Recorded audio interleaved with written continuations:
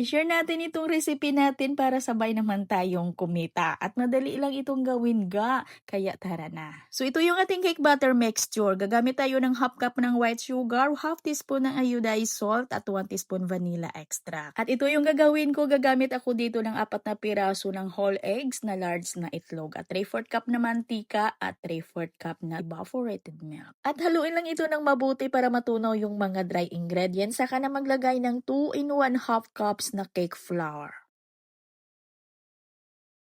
At maglagay ako dito ng 1 in 1 half tablespoon na baking powder. At haluin lamang yan until well combine hanggang sa kuminis yung mixture natin. At ganito lang kalapot yung ating mixture at isit aside lang muna.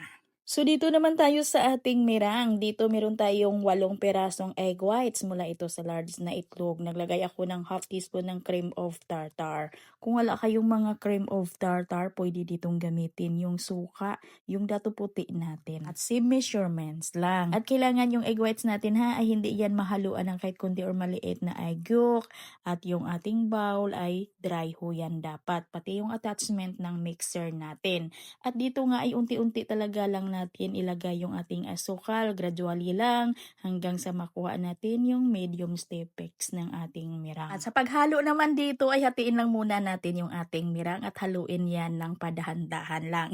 At ito naman kay paulit-ulit lang natin itong sinasabi, pero hindi ako magsasawa, baka mayroong mga baguhan na hindi pa napanood yung mga tutorial natin. At pag well combine na yung una nating nilagay na mirang, ay ilagay na natin yung natira pa natin na mirang at ganun din, haluin ng padahan-dahan ito until mag well combine at kailangan ay hindi natin ito ma-overmix. Pag nakikita natin na wala na yung mga cake batter mixture, ay saka hintuan na natin yan sa paghalo. At pwede na natin itong ilagay agad sa ating mga hulmahan. At kailangan ay nakapag-preheat na tayo ng ating oven ha, kasi pagkatapos nito ay isa lang natin ito agad. At para naman sa ating hulmahan, gumamit ako dito ng medium sizes ng ating leche flan molder. At sa ating recipe na ito ay nakagawa tayo ng 16 pieces sa ginagamit natin na medium sizes ng leche flan molder. At lutuin natin ito sa loob ng 30 to 35 minutes sa may 160 degrees Celsius yung init ng ating oven. Pero sa pagluto talaga dito ha, depende yan sa gamit natin na oven, yung temperature natin at yung time. At wala tayo ditong binanya or pinahid sa ating mga molder ha, pero ay matanggal lang talaga ito kahit hindi na tayo dito maglagay ng parchment paper sa ilalim ng mga molder natin. At dito naman sa ating yema sauce mga ga, yung recipe nito ay ilagay lang natin sa ating caption. Ay sa sobrang busy po ay hindi ko na ito na videohan. Ay madali lang naman ito, pagsamasamahin lang yung mga ingredients ng ating yema sauce.